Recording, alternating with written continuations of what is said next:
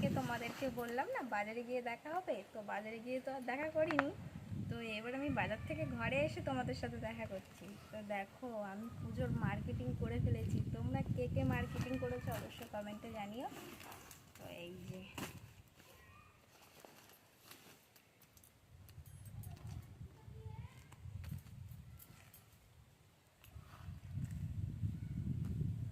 এই শাড়িটা হচ্ছে আমি নিয়েছি। প্যাকেট থেকে বুঝতে পারবে, তাও একটু বের করে দেখিয়ে দিই।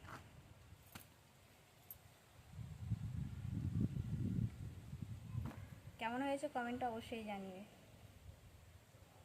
এই দেখো আর একটা শাড়ি নিয়েছি, এই যে বাটি প্রিন্টের, এটাও খুব সুন্দর।